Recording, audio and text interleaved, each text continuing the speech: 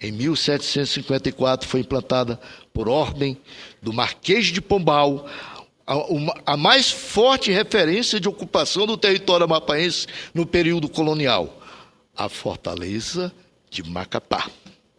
Nessa época, surgiram como maiores núcleos da ocupação lusa a própria Macapá, de colonização açoriana, que seria levada à cidade em 1856, e Nova Mazagão, que recebeu famílias originárias do núcleo populacional homônimo, localizado na costa africana. Contudo, haveria outras oportunidades em que um conflito armado com a França colocaria em destaque o Amapá no contexto da história do Brasil, situada entre o Atlântico e a Guiana Francesa. A região amapaense foi palco de um interessante e pouco conhecido episódio, quase no fim do período colonial. É que, em retaliação à invasão de Portugal pelas tropas napoleônicas, sob o comando do general Junot, a corte portuguesa reinstalada no Rio de Janeiro determinou a imediata anexação do território da Guiana Francesa, bem sucedida a ocupação, realizada por um contingente de tropas nacionais. Foi o território francês, durante 8 anos governado pelo desembargador mineiro João Severiano Maciel da Costa, futuro Marquês de Queluz. Data desse episódio, por exemplo, a aquisição de espécimes vegetais estratégicos, como diversas especiarias caribenhas e o enriquecimento de importantes coleções botânicas nacionais. Inúmeras espécies vegetais relevantes, inclusive a cana caiana, espécie muito superior em produtividade à cana-de-açúcar, até utilizada pelo plantio no Brasil.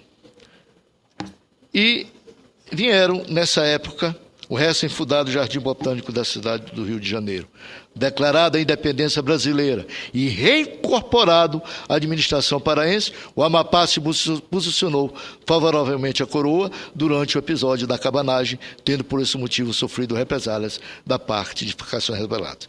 E a história prossegue. Enquanto isso, voltava às disputas das fronteiras com a França, acirradas pela descoberta de ouro em Calçoene e por crises internas na política do território vizinho. Bom, os limites territoriais na região somente se daria com a intervenção do Barão do Rio Branco, que viu suas teses favoravelmente acolhidas pelo Conselho Federal por ambas as partes da resolução.